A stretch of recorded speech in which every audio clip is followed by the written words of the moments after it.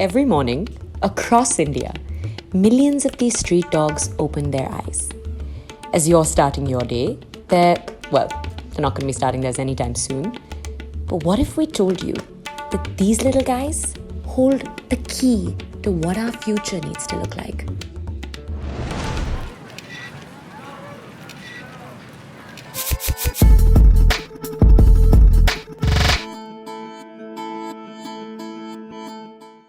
There are, researchers say, about 1 billion dogs on this planet.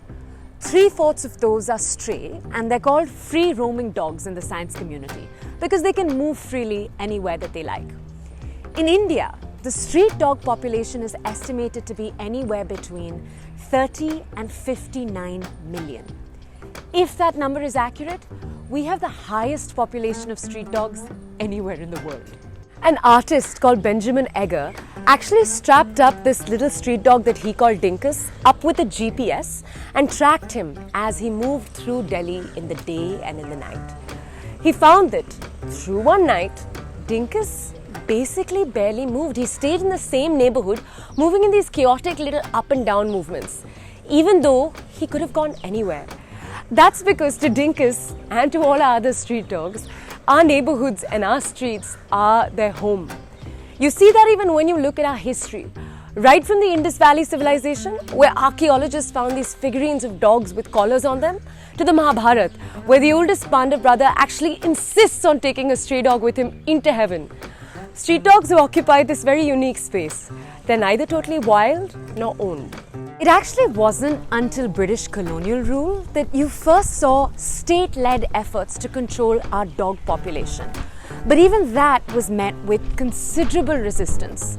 Bombay's first ever strike, for example, was a reaction to the British killing of stray dogs on our streets.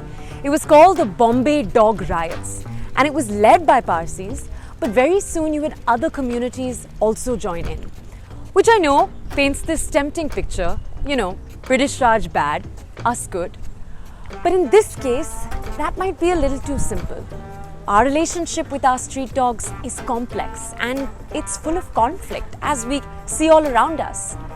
But there's a laboratory in Kolkata that thinks that it's still worth paying much closer attention to. We study their ecology, their behavior, their social cognition, which involves their interactions with people. And putting all of these together, we are trying to address the big question of how dogs evolved as man's best friend, which is the question that all dog scientists are trying to answer across the world. Dr. Badra runs the world's first street dog lab.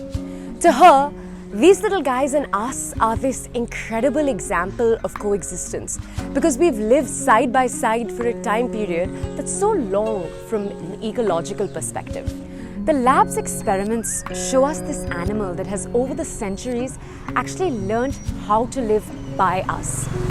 You see that when they took a look at Durga Puja, which is a festival in Kolkata where there are thousands of people and lots of food. During the festival, perhaps to avoid this overcrowding, the population of dogs in the area actually decreased. But right after, the population returns back to normal again. That's because street dog populations are actually moving in symphony with ours. It also turns out that unlike other animals, street dogs actually prefer to dwell near humans every time they need to give birth.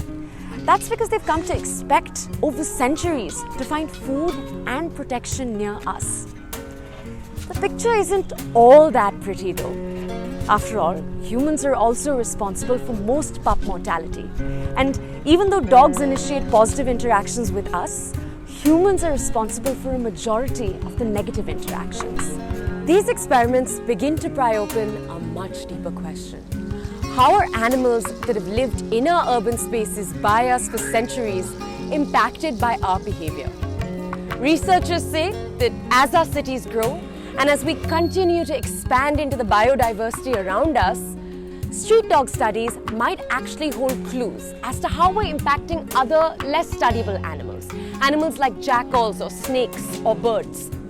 But what researchers say is that these studies might also have implications into our future. we already have enough information to build better communities, those that work much better for our interspecies jugalbandi. Today, there are street dog studies that are popping up across the world. In Chile, in Nigeria, in Russia, in China. And one day very soon, we might have enough information to build better worlds. Worlds that work for you, for me, and for Dinkus. The question is still a simple one. Will we build them?